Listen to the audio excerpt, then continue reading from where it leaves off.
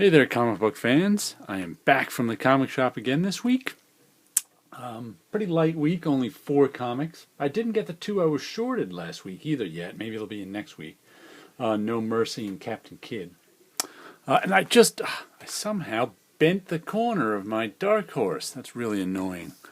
I don't know. Must have been carrying it wrong. You know what it is?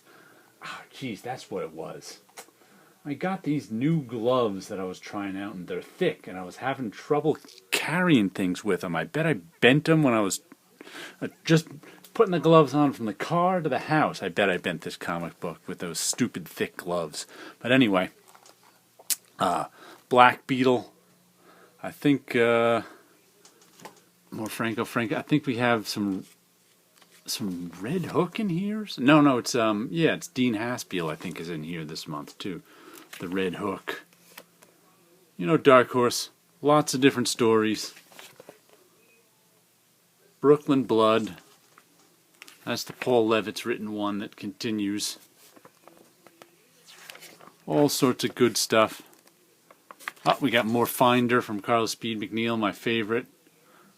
Nice drawings. Let's see, does this one? There's the Red Hook from Dean Haspiel. Emotional Ebola. But anyway, you know the story. Dark Horse presents an anthology book, issue number 29. You get, well, let's see, there's 80 pages. What are they, 8-page stories? No, there's 40 pages. 4 times, I don't even have 44. How many pages is this? I'm all confused tonight. But anyway, you get maybe 6, 7, 8-page stories. You can do the math yourself. And here we have Usagi Yojimbo, issue 160, Death by Fugu, part 1 of 1. Usagi's always good, and that's, what's his name? He's the inspector. He's like a police inspector for the Shogun. So, you know, he's like Detective Columbo. He goes around and figures out crimes. And he pals around with Usagi sometimes, too. Very serious character. And Fugu is, I guess, that fish that can poison you. Inspector Ishida? I cannot remember his name, and I just read it last issue. I just read last issue a few days ago in my second reading of it. I read all my comics twice before I put them away. First, I read them once, and then I stick them like in another spot where they just kind of hang around for a couple of weeks, and I read them again. So I think that's a good. Read all your comics twice before you put them away. That way you get twice the enjoyment out of them. But anyway, Usagi Yojimbo 160, always a good read.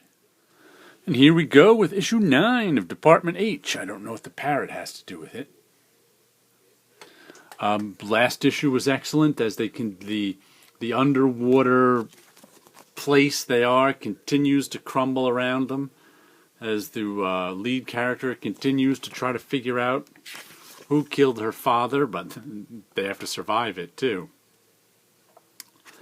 I don't know if I like this as much as I liked Mind Management, but I'm enjoying Department H.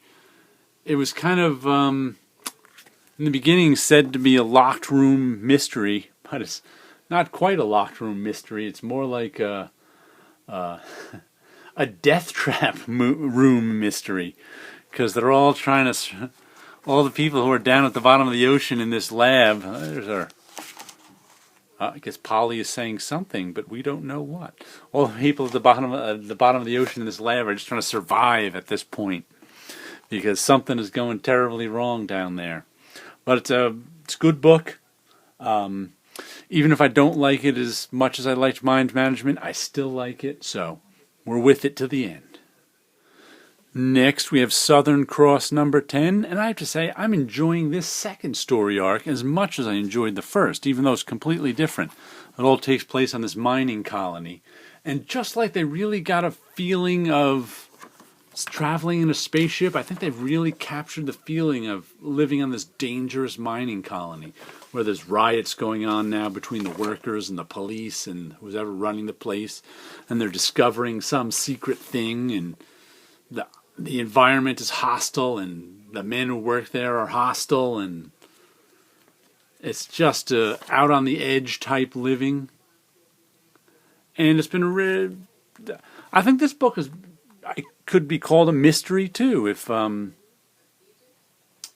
If Department H is a locked room mystery or a locked death trap mystery, this kind of is too. Because in the first one, they were locked in the spaceship trying to figure out a mystery. Now they're on this mining colony trying to figure out a mystery, and of course the mysteries are linked. But I don't even know what the exact mystery is. A woman was trying to get the remains of her sister, find out what's killed her sister, and meanwhile on this mining colony is where her sister died, and did someone kill her? I guess it's a murder mystery, but there's also mysterious behind-the-scenes machinations going on. But either way, it's the it's the atmosphere of Southern Cross that works for me so well. They just do such a good job. But very few comics have an atmosphere like Southern Cross does, and kudos for it. One last thing I want to show you this week is the Steve Ditko Omnibus. I'm not showing you this because I just got it. I think I got it when it came out, which I just looked in the indicia and it said 2011. But I'm finally getting around to reading it. You know what it is? I've never read this 70s Ditko DC stuff, so I kind of wanted to just keep it there and have it in my pocket to, it's big, thick to read because, how much unread Ditko will I have? And I have to say, Shade the Changing Man is really, really good. I mean, it's better than I thought it would be. I also read, what was it? Stalker, the Man. I was reading them out of order, too. I'm still in the part way through. I still haven't quite finished Shade. But I read all of Stalker, the Man with the Stolen Soul first. Because I always wanted to read this as a kid because I saw the ads for it, but never did. And Stalker is a pretty solid comic, I gotta say. It's about what I expected from 70s DC Steve Ditko, but Shade has exceeded my expectations from 70s DC Ditko. It's just kind of it's hard to describe how complex the story is, and the visuals are great, and the story moves along at an incredible clip because there's no decompressed story here, and there's and people live and die, and you've never seen so much death in a 70s DC comic as in Shade the Changing Man. Because it takes place in its own world, not the DC universe. And it's just, I have to say, I'm really, really impressed with Shade the Changing Man. And I know, who was it? Terrence just picked up some Comic Crack, just picked up some issues of it. I hope he's enjoying it as much as I did because it's really, really good. I have to say, Shade the Changing Man is peak Ditko. If you're ever interested in checking some out, give that story a read. It's a lot of fun. Finally, we'll give you a little look at my background art. Got a Painted Lady number 18 and a Dreams of Things 37. And this is the first time I colored one of the Painted Ladies in marker. All the others I did digitally. I kept the original in black and white. This one I just wanted to try, see how it would be doing markers. See, I did a lot of scumbling shading in there a little bit. I'm not sure if I'm not sure how I like it in color. I think the op art effect kind of works better in black and white for the original, but it's okay. And then here's my Dreams of Things with my, I don't know, vaguely some of the influences for my art comes from ancient American sources and some ancient Egyptian thrown in there too. And that one kind of looks like that guy could be hanging out in some temple in Central America somewhere. But there we go, a little bit of Dreams of Things, a little bit of Painted Lady, doing some ink and marker faux covers. So you guys have a good week out there.